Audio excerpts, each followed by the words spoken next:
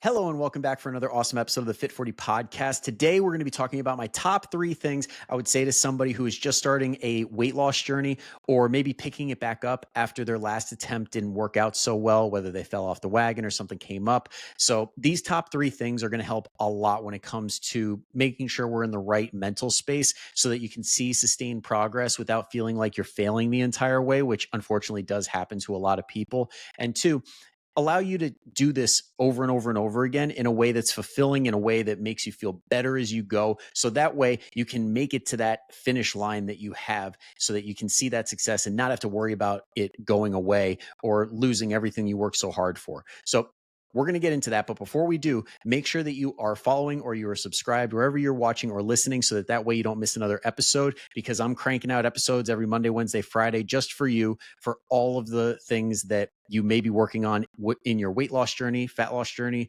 trying to get stronger, trying to improve your health, all things surrounding that. You better believe I'm going to have an episode for it. Now, on with the show.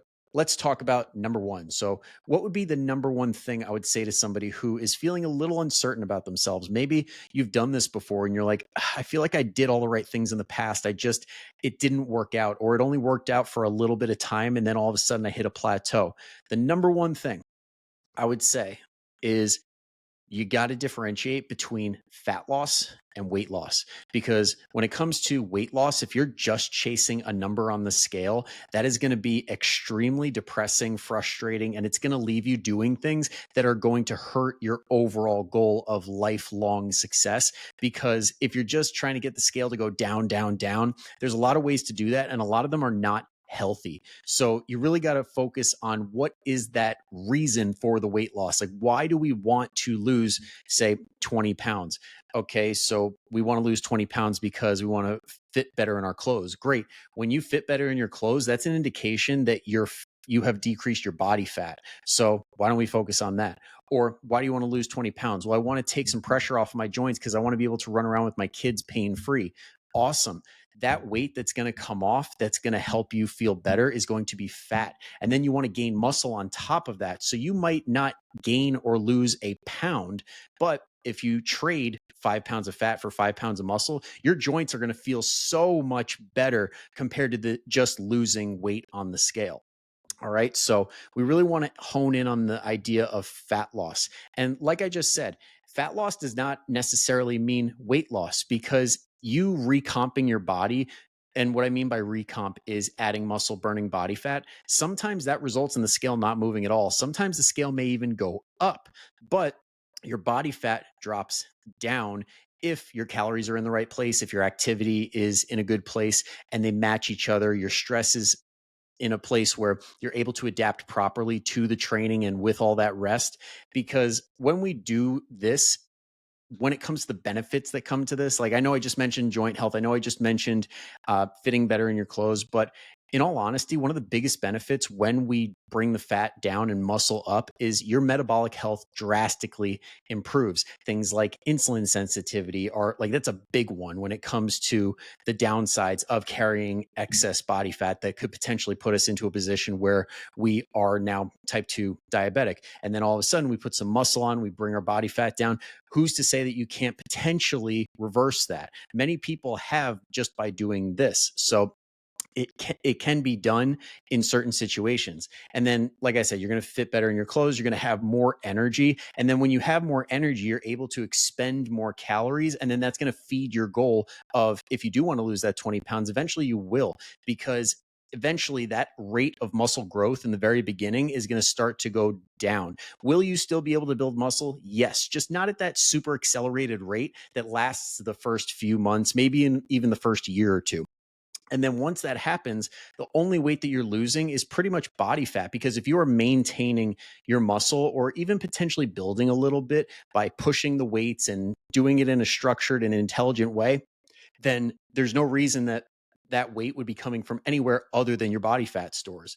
And because you now have all this muscle that you built in the very beginning, you're burning more calories at rest. So you don't even have to work as hard and put out as much effort as far as exercise goes to get the results that you want. And then by doing that, you're probably going to recover a little bit better. So you're going to build more muscle and it's all going to kind of feed into itself. You're going to have this giant cyclone of beneficial stuff happening that's going to lead you to feeling like an absolute $1,000,000. All right. So all in all, focus on the fat, not the weight. And the way that you do that is circumference measurements, or you could just use your clothes as a metric. So when I say circumference measurements, I always do hips, waist, neck, because that allows you to feed the information into the Navy method, which will give you a rough estimate of where your body fat is, where your lean muscle is. And that way you can gauge it that way. Or the simplest way is if you are able to lift heavier weights in the gym week after week after week, you can assume you're putting on muscle.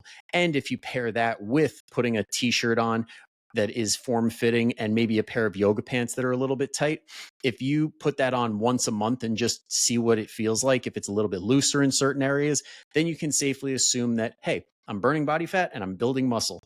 Awesome. I'm going in the right direction. I'm just going to keep doing what I'm doing. And then ride that as long as you can until changes need to be made. All right. Now, that's number one. Number two, do not cut out your favorite foods, because when you cut out your favorite foods, it leads to diet fatigue, which is something that people are stuck in a perpetual cycle of, where they feel like they're dieting all the time and they're not seeing any progress because they're unintentionally restricting themselves to the point where all of a sudden they're working in extra calories without even thinking about it. And they just are in this cycle of feeling like they're dieting, but they're not technically in a deficit. And it's an absolute miserable place to be. I've been there many years of my life and it absolutely sucks. Okay? Another thing it could do is burn you out completely to the point where you binge.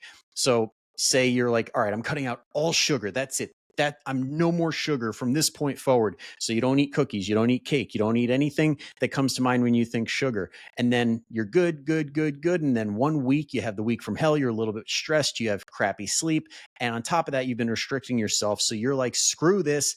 I'm having the damn cake. I'm having the cookies. And then you do that and you binge like crazy. And then you wake up the next morning and you're like, oh my God, I just undid months of hard work. So then you feel guilty about it and you take one of two roads. Number one, you just keep binging your face off because you get a case of the fuckets and you're like, all right, I'm just going to keep this going. What's the point? Or two, and eventually, once you do number one, you do get to number two. Number two, you jump right back in and you restrict yourself again, or you restrict even harder and say, okay, it wasn't the sugar that did the trick. Now I'm going to do fasting, or now I'm going to just not even sugar. I'm cutting out all carbs. I'm going to go keto this time around. And then that just feeds into what's called the binge restrict cycle. Okay. This is exactly what happens. You restrict yourself to the point of binge, then you binge, you feel guilty, and then you repeat the cycle over and over and over again. And all that does is, number one, when you do those super restrictive diets, it kills your metabolic health because you drive your muscle mass down to the point where now when you do jump on new diets, it's harder to burn body fat because you don't have as much muscle burning calories for you that it was before. And maybe hormonally, you're not in a great place because you've been so depleted this entire time and your sleep has taken a hit and you're more stressed and you can't control your mood. And all this stuff is feeding into feeling like absolute crap, getting no results, and potentially putting yourself in a worse position year after year after year after year. So let's cut this shit already. All right. Enough of this, please. We can do better and you deserve better. All right. So just know that that's what's happening. And it's also a setup for this concept that holds a lot of people back, which is diet foods, where it's like, I'm on my diet and they eat nothing but salads. They eat nothing but all these organic foods. And it's like, okay, these are my diet foods, even though nobody actually says that, even though they're saying it with their actions. And then once they've gotten to a place where they either hit their goal or maybe they hit a plateau, then they go back to normal eating and then all of the weight comes right back. And this is just a setup for failure. We do not want to do this stuff. So please find a way to incorporate foods that you love. There are methods that allow for this. And usually those methods have longer results. They have these people that have been doing it for years and years and years and years who can attest and say, hey, I'm living the good life. I eat all my favorite foods. I just know how much I can eat and still reach my goals.